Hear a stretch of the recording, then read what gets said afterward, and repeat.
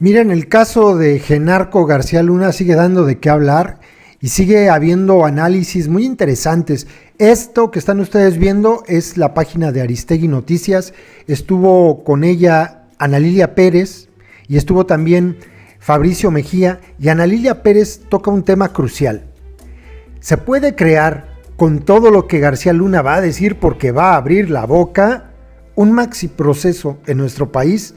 Es muy interesante. También les quiero mostrar, ahorita leemos este cachito de Ana Lilia Pérez, también les quiero mostrar cómo Estados Unidos está muy enfocado en revisar el crimen organizado y la corrupción de nuestro país. Esta es la página de Inside Crime que también hemos utilizado mucho, habla sobre el arresto de García Luna, pero pues lo más importante, lo más interesante es el análisis que hacen de lo que ya sabemos, cómo lo arrestaron, dónde lo arrestaron, etcétera.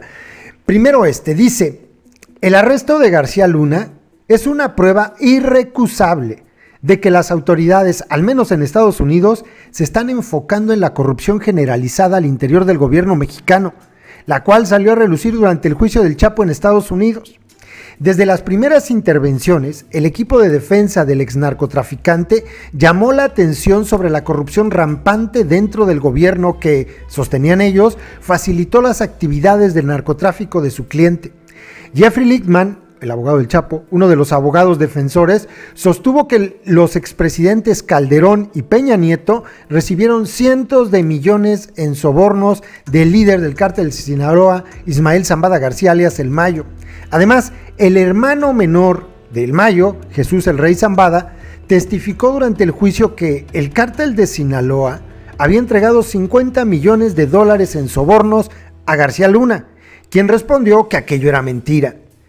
Fíjense esta frase: llegar al bolsillo de funcionarios de alto nivel como el jefe de la policía del país es esencial para que organizaciones como el cártel de Sinaloa puedan operar con éxito. Punto. Es una lápida esto para el delincuente García Luna y el delincuente Felipe Calderón, incluso para el delincuente Peña Nieto. Es imposible que el cártel de Sinaloa o cualquier otro funcione en una región o en un país entero sin que haya gente del más alto nivel de este gobierno involucrada. Es imposible, no se puede. Para que haya crecido tanto el CDS, a fuerza necesitaba colaboración de gobiernos. En este caso, pues desde Vicente Fox, desde el mismo Felipe Calderón, Peña Nieto.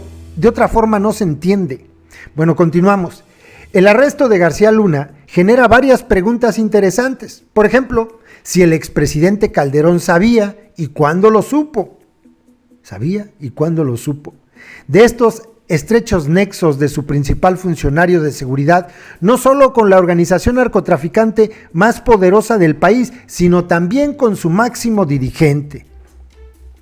¿Qué tan chido se llevaba el delincuente García Luna con el Mayo, no? Falta ver si otras personas que durante el juicio del Chapo fueron nombradas por su supuesta participación en la corrupción generalizada, como Peña Nieto, también enfrentarán consecuencias por sus presuntas irregularidades. El arresto también pone en tela de juicio la fallida estrategia de seguridad del gobierno contra los grupos narcotraficantes mexicanos. Miren, lo que acaba de ocurrir, este arresto de García Luna, derrumba por completo la frase, la idea generalizada en el país, la mentira de que había una guerra contra el narcotráfico. No existía. No puedes empezar una guerra cuando estás protegiendo al enemigo.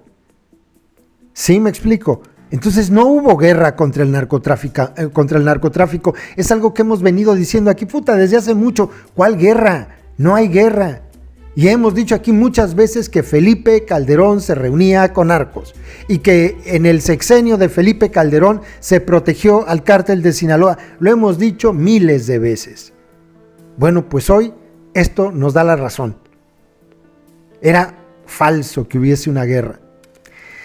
Dicha estrategia no solo fue bastante defectuosa, sino que además, como lo sugiere el reciente arresto, los encargados de librar la guerra dormían en la misma cama con aquellos a quienes supuestamente debían perseguir. Por último, el arresto deja claro que solamente en Estados Unidos los funcionarios mexicanos corruptos pueden ser enjuiciados por trabajar mano a mano con las organizaciones criminales. En México pueden operar a su antojo y a toda costa. Y esto es lo que tiene que demostrar López Obrador, que no es cierto. López Obrador está obligado a llevar a juicio a Peña Nieto, a Calderón, incluso si regresan a García Luna, someterlo en un juicio y que pague todas las que hizo en cárceles mexicanas. De verdad, en esto se juega la credibilidad del gobierno de México. Se la juega completita.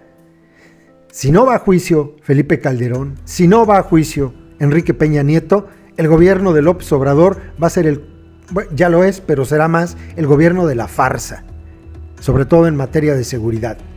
Luego, lo que dice Ana Lilia Pérez es bien interesante. Esto les digo en el canal en la página de Aristegui Noticias, es que hizo una entrevista y trae videitos divididos como ella coloca, ¿no?, las entrevistas. Miren lo que dice. Ana Lilia Pérez y el escritor Fabricio Mejía coincidieron en que la detención de Genarco García Luna tiene elementos suficientes para abrir un maxiproceso. Pues dijeron, sin ello no habrá la transformación de la que tanto habla el presidente López Obrador.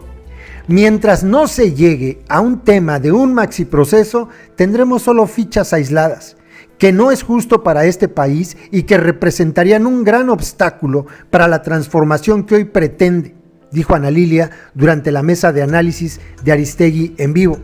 Fabricio Mejía agregó que sin este elemento no habría manera de limpiar la democracia mexicana, la cual debería ser de partidos limpios y no puede convivir con dinero sucio, intereses de lo que se ha llamado la mafiocracia.